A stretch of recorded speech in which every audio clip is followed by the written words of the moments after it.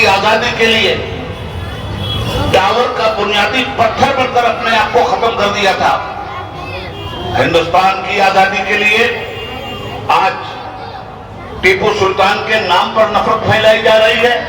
मैं कहना चाहता हूं, इतिहास उठा के देखो, अंग्रेजों का दांत तोड़ने वाला जो हिंदुस्तान का सबसे बड़ा मर्द मुजाहिद था वो था शेर मैसूर, टीपू सुल्तान।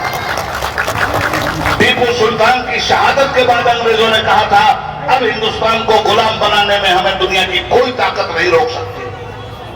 आज उस टीपू सुल्तान के नाम को तमाशा बना दिया गया, जिसने हमें आजादी दी, जिसने अपनी कुर्बानी देकर के हमें आजादी के साथ जीने का मौका दिया। आज उसके नाम पर जिस तरह तमाशाबाजी हो रही है ये सब आप देख रहे हैं। नोट करना, क्या बोला था वो, भाइयों बहनों मैं चाय बेचने वाला, बस ये एक सच था। आपको दुलारा दिया, चाय बेचने वाले को प्राइम मिनिस्टर बना दिया आपने। तो क्या आपके यहां ठेला पे केला बेचने वाले नहीं थे? अरे किसी पान बेचने वाले को बना दिया होता, कम से कम पूछ के तो चूना लगाता। इसने तो पूरे देश को बिना पूछे हुए चूना लगा दिया। भाइयों बहनों में चाय बेचने वाले ने आज क्या किया, हिंदुस्तान बेच दिया। अगर नफरती लोगों को आपने वोट दे दिया, दंगाइयों को वोट दे दिया, फसादियों को वोट दे दिया, बीजेपी को वोट दे दिया, तो आपका वोट जब निकलेगा तो आग बन के निकलेगा जो कर्नाटका को जलाएगा। और अगर इमरान को आपने वोट दे दिया, इमरान पाशा को, उसकी पार्टी को वोट दे दिया, तो यही वोट आपके पेटी से पानी बन के निकलेगा जो लगी हुई आग को बुझा देगा।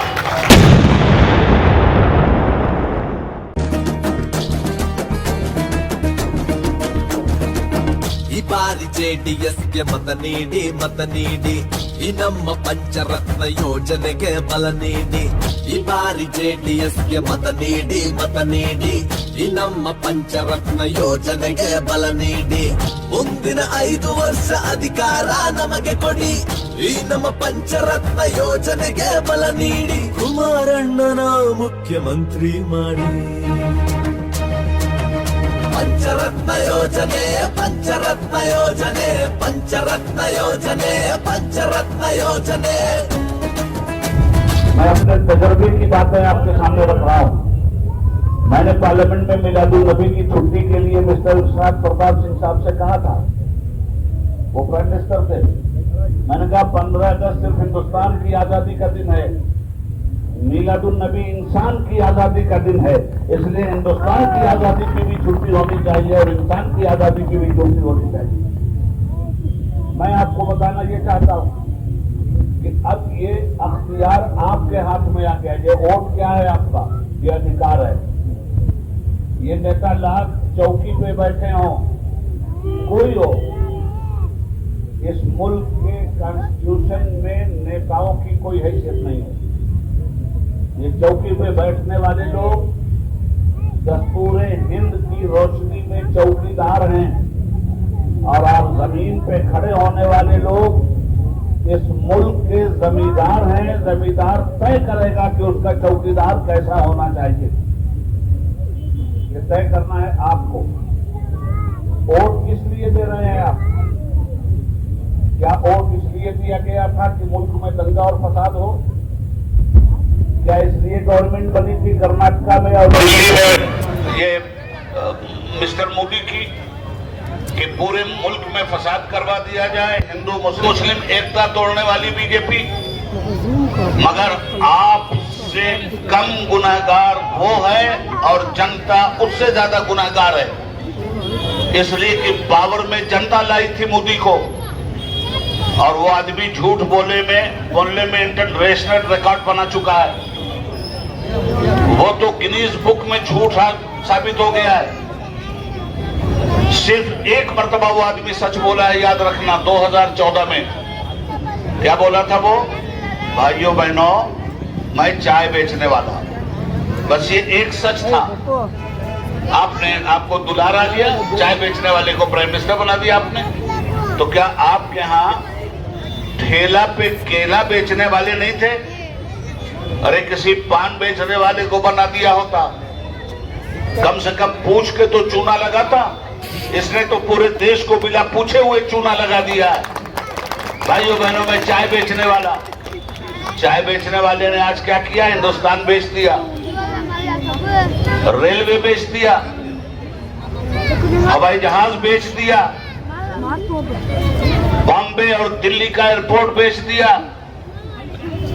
एक अडानी के हाथ में पूरे हिंदुस्तान की संपत्ति नीलाम कर दिया उसने। तो गलती तो आवाम की है। याद रखिएगा, आप जैसा कर्नाटका बनाना चाहेंगे वैसा कर्नाटका बनेगा। ये वोट इसलिए होता है, नेता जैसा कर्नाटक बनाना चाहते हैं वैसा कर्नाटक नहीं बन सकता। पब्लिक और वोटर जैसा कर्नाटका बनाएगी वैसा कर्नाटका बनेगा। अब तय आपको करना है कि दंगा फसाद वाला कर्नाटका बनाना चाहते हैं या मोहब्बत और भाईचारे वाला कर्नाटका बनाना चाहते हैं। जाहिलों वाला कर्नाटक बनाना चाहते हैं या पढ़े लिखे लोगों वाला कर्नाटक बनाना चाहते हैं। दंगाई और फसाद फैलाने वालों का कर्नाटक बनाना चाहते हैं या हिंदू मुस्लिम इत्तेहाद और एकता का कर्नाटक बनाना चाहते हैं। गौर से सुनो बात, ये कोई नहीं बना सकता, ये सिर्फ आप बनाओगे। और 5 साल के बाद ये जो मौका आपको मिलता है वोट देने का, ये इसीलिए मिलता है कि 5 साल पहले अगर आपने गलती की थी और आपका सूबा चल रहा है, आपके यहां नफरत फैलाई जा रही है, तो इस मर्तबा अपने वोट के पावर से ऐसे नफरती लोगों को लीडर बनाने के बजाय कीदड़ बना के कर्नाटका से बाहर कर दो। ये वोट आपका, ये मामूली चीज नहीं है मेरे भाई। आसानी से मुल्क आजाद नहीं हुआ था और ये आजादी भी आसानी से आपको नहीं मिली है। हजारों लाखों हिंदू और मुसलमान मारे गए हैं तब ये आजादी मिली है। तन के गोरे मन के काले अंग्रेजों ने मालूम नहीं हमारे कितने हिंदू मुस्लिम बहनों की मांग का सिंदूर खुर्चा है तभी आजादी मिली है। इस आजादी के लिए हमारे मुल्क के हिंदू मुस्लिम बच्चे अनाथ और यतीम बनाए गए हैं तब ये आजादी मिली है। गुलामी की जंजीर तोड़ने वाले उन तमाम बुजुर्गों को सलाम जिन्होंने इस मुल्क की आजादी के लिए टावर का बुनियादी पत्थर बनकर अपने आप को खत्म कर दिया था। हिंदुस्तान की आजादी के लिए आज टीपू सुल्तान के नाम पर नफरत फैलाई जा रही है। मैं कहना चाहता हूं, इतिहास उठा के देखो, अंग्रेजों का दांत तोड़ने वाला जो हिंदुस्तान का सबसे बड़ा मर्द मुजाहिद था वो था शेर मैसूर, टीपू सुल्तान। टीपू सुल्तान की शहादत के बाद अंग्रेजों ने कहा था अब हिंदुस्तान को गुलाम बनाने में हमें दुनिया की कोई ताकत नहीं रोक सकती।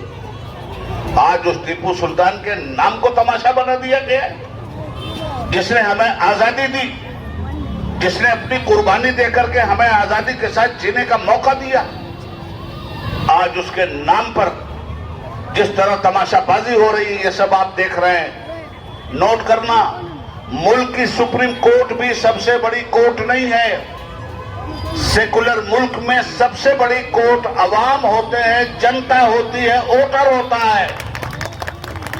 आज आपको यह तय करना है, लड़ाओ और हुकूमत करो, ये अंग्रेजों की पॉलिसी थी और आज भी लड़ाओ और हुकूमत करो ये पॉलिसी है।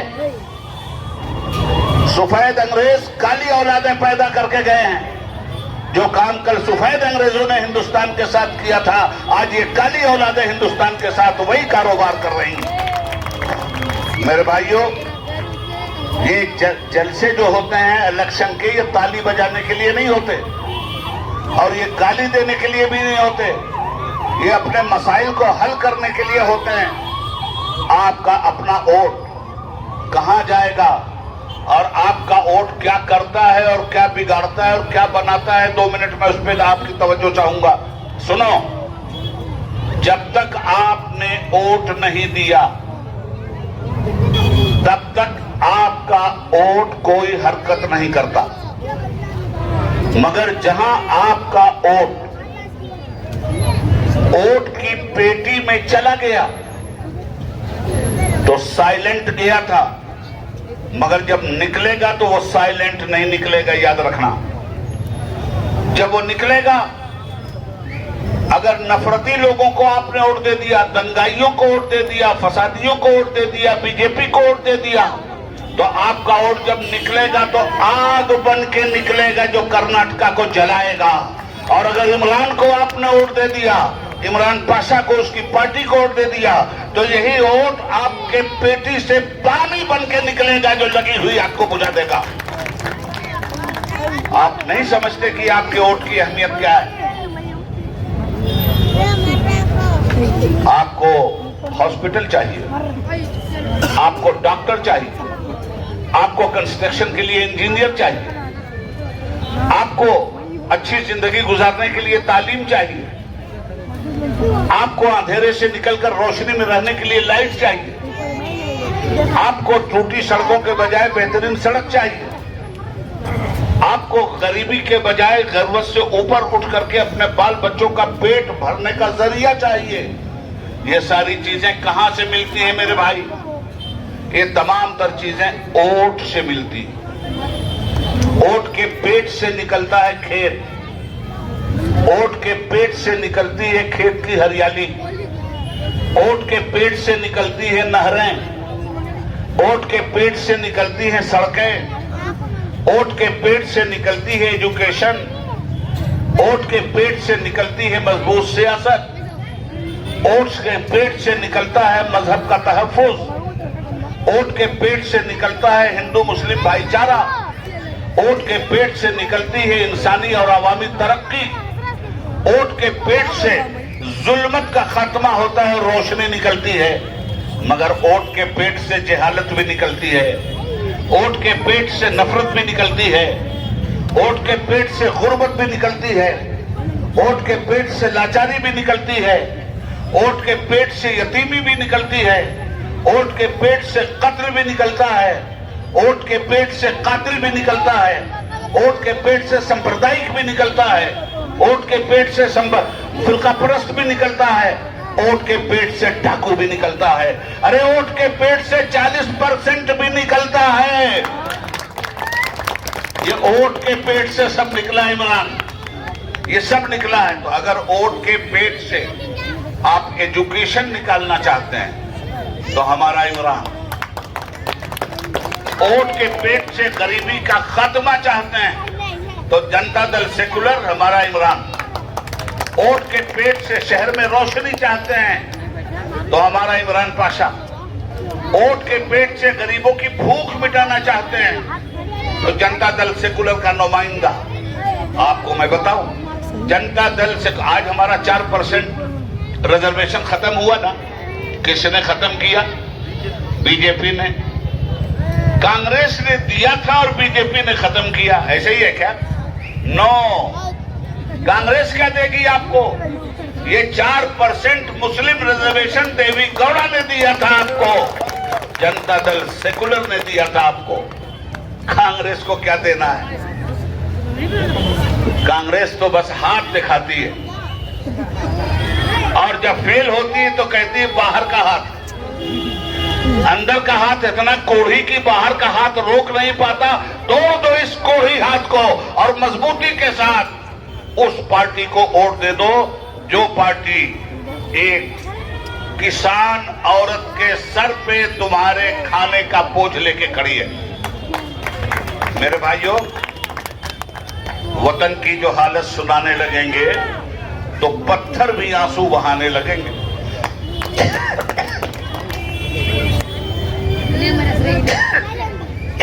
वतन की जो हालत सुनाने लगेंगे तो पत्थर भी आंसू बहाने लगेंगे। अगर भीड़ में खो गई आदमियत, उसे ढूंढने में जमाने लगेंगे। आप चाहते हो हिंदू मुस्लिम एकता? हमारा सीधा नारा है, हिंदू शुरू होता है हा से, मुस्लिम शुरू होता है मां से। जनता दल हा वहां से निकालता है और मां यहां से निकालता है और दोनों को ज्वाइन करके हम बनाता है। हम बन करके रहिए ताकि मजबूत हिंदुस्तान बना रहे। इमरान पाशा ने अपनी खिदमात को जिस तरह बयान किया है, ये छुपी हुई खिदमात नहीं है, छपी हुई खिदमात। छुपी हुई खिदमत की तो बातें सब करते हैं, मर्द मैदान छपी हुई खिदमत की बात करता है। और इमरान ने छपी हुई खिदमत के जरिए आपके दिल दिमाग पे एक छाप डाल दी है। मेरी गुजारिश है कि आप 10 मई को पूरी ताकत के साथ एक एक वोट बिना इधर उधर हुए इमरान पाशा को दीजिए और अपने को जितवाइए। कांग्रेस को जितवाने की जरूरत नहीं है, बीजेपी को जितवाने की जरूरत नहीं है, किसी इंडिपेंडेंट को जितवाने की जरूरत नहीं है। अपने को जितवाइए ताकि जनता दल मजबूती के साथ आपकी खिदमत कर सके। मैं समझता हूं कि इतनी बातें आपके दिल दिमाग में उतर गई होंगी और पूरी ताकत से मैं अपने ब्रदर, अपने भाई, अपने अजीज इमरान पाशा के लिए आपकी हिमायत की पुरजोर अपील करता हूं। मैं जनता दल सेकुलर का all India senior vice president, party की तरफ से भी और पर्सनालिटी की तरफ से भी आप तमाम लोगों से मेरी रिक्वेस्ट है कि इलेक्शन के दिन बहुत होशियार रहिएगा। आखिरी बात, ईवीएम उस मशीन से भी होशियार रहिएगा।